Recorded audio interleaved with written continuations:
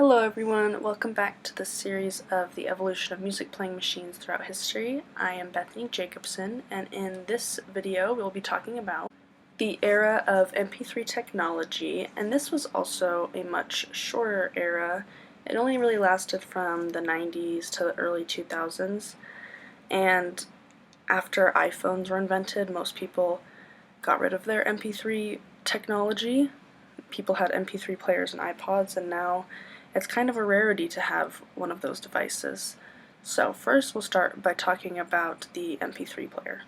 So the MP3 technology was invented in 1987 by Dieter Seitzer and Karl-Heinz Bradenberg. Bradenberg had been researching methods of compressing music since 1977, and it took him several years and it almost didn't work, but he eventually figured it out. MP3 stands for MPEG Audio Layer 3, and MPEG is an acronym for Motion Pictures Expert Group, which is basically an international standard for encoding and compressing video images that engineers and people have to follow.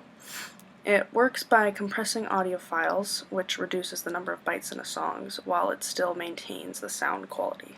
The US patent for MP3 was issued in 1996. Sub Pop was the first company to distribute music tracks in MP3 form, and Tomislav Uzelac invented the first successful MP3 player in 1997, which then debuted in 1999. The original MP3 player looks like what the top picture looks like, and you can see on the bottom picture it compares an MP3 player to an iPod, and so you can see that the design pretty much stayed the same throughout history. Whenever Apple eventually came in and started making their own MP3 technology, they kept the same type of design because it was easy to use and it worked well. And now we are to the iPod, which was invented in 2001 by Apple, and this was a very big deal for Apple because this is kind of what kickstarted their company and when they started to become really successful with sales and everything. So 2001 was when the first iPod was released. It was called the 5 GB iPod, and it costed $3.99 and it held about 1,000 songs. And then in 2002 the iPod 2G was released for $4.99 and held 4,000 songs. So you can see it's starting to increase the technology. With every year they're able to improve it. In 2003 the iPod 3G was released in 5 different gigabyte options. You could do 10, 15, 20, 30, or 40 gigabytes, and it could hold 10,000 songs.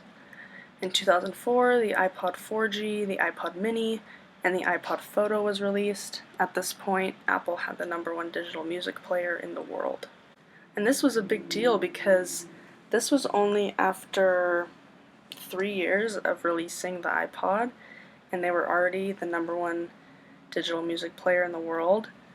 That just kind of shows you how quickly their success happened, and it only got better after that. And then in 2005, the iPod 5G, iPod Nano, iPod Shuffle, iPod Mini, and Video iPod were released. 2006, Apple released a larger capacity iPod, which had 80 gigabytes, as well as the Nano 2G and Shuffle 2G. And then in 2007, Apple had released their first iPhone. They wanted to release an iPod that was similar to the iPhone without the calling and texting features. And so the iPod Touch was released, as well as the Nano 3G and the 160 gigabyte iPod. What's cool about the iPod Touch is that it played your downloaded MP3 songs, but also whenever music streaming apps became available, the iPod Touch allowed you to download apps just like iPhones do. And so you could download music streaming apps and play your music 2 different ways, which was kind of a new idea.